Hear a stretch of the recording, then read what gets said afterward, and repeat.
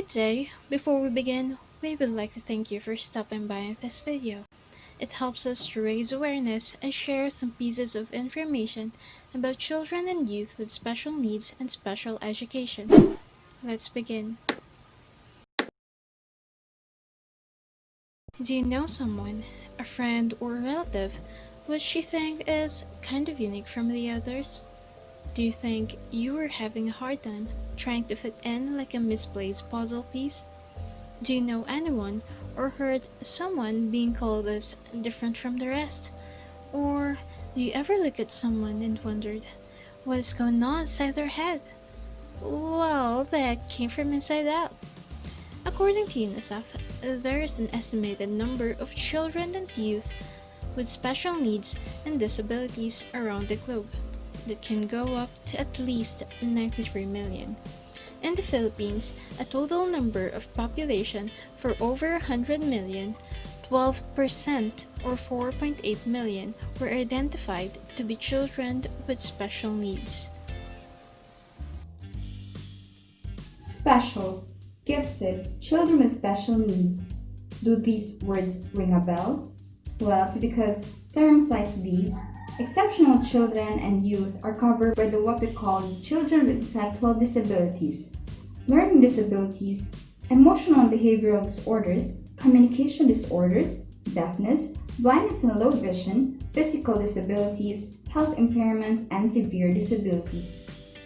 Exceptional children are referred to as children with special needs or CSN. There are medical and clinical specialists that children with special needs can seek every time they need medical and clinical services. For children with intellectual disabilities and those with learning disabilities, they can see a clinical and or school psychologist or a neurologist and child psychiatrist. Children with communication disorders can see a speech therapist, while children with vision impairment can also see an ophthalmologist. According to the results of the National Disability Prevalence Survey, or NDPS, around 12% of Filipinos aged 15 and older experience a severe disability, and almost 1 every 2 or 47% of that said population experienced moderate disability. From these numbers show that a higher percentage of females and males experience severe disability, or 15% and 9% of the said population respectively. Addressing the disability categories could help in breaking the stigma of generalization. According to Individuals with Disability Education Act or IDEA, there are 13 disability categories. First, specific learning disability refers to the difficulty of a child to acquire information. Other health impairments, it limits a child's strength, energy, and alertness. Autism spectrum disorder is a developmental disability due to chromosome 21. Emotional disturbance is a mental health issue that includes schizophrenia, bipolar disorder, anxiety, and depression. Speech or language impairment covers difficulty with speech or language. Visual impairment refers to an eyesight problem. Deafness refers to a person who cannot hear sounds even with hearing aids. Hearing impairment is a hearing loss that could change over time.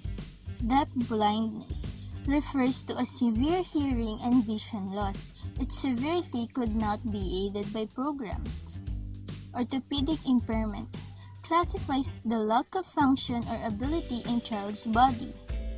Intellectual disability happens when a child has below average intellectual disability. Traumatic injury, a brain injury caused by external factors such as accidents and physical force. And lastly, multiple disability refers to a person that has more than one condition covered by IDEA. But have you heard some legal bases that support special education?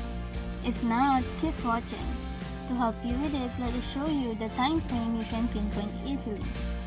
In 1907, the special education was introduced in America, while in 1926, Philippine Association for the Deaf or PAD was founded. In the year 1957, Bureau of Public Schools of the Department of Education and Culture or DEC, which creates special education programs and services. And when 1965 came, the training program as supervision in conducting special education classes has started.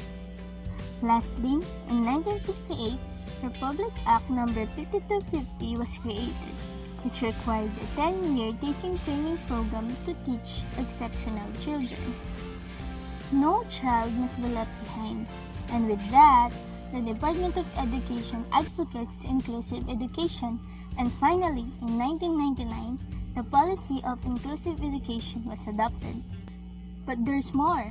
Activities were also modified. For students who has hearing impairment, collage pictures were used. Meanwhile, students with mental disability were aided by means of adding prompts and cues to their learning tasks. As we go through, our education system is making a way for inclusive education to be more feasible and accessible. These campaigns for wonderful people would not be possible without Colgate, our partner for giving wonderful smiles to people with exceptional needs and capabilities. Because just like what Helen Keller, an American author, political activist and lecturer, and the first deafblind person to earn a Bachelor of Arts degree once said, although the world is full of suffering, it is full also of the overcoming of it. We hope we gave you some insights about children and youth with special needs. What are your thoughts about it and things you wish you knew before? Let us know in the comments. If you enjoyed this video, be sure to hit the like and subscribe button and share it with someone who might find it helpful too. The references used in this video, together with our social media accounts, can be found in the description box below. Thanks for watching.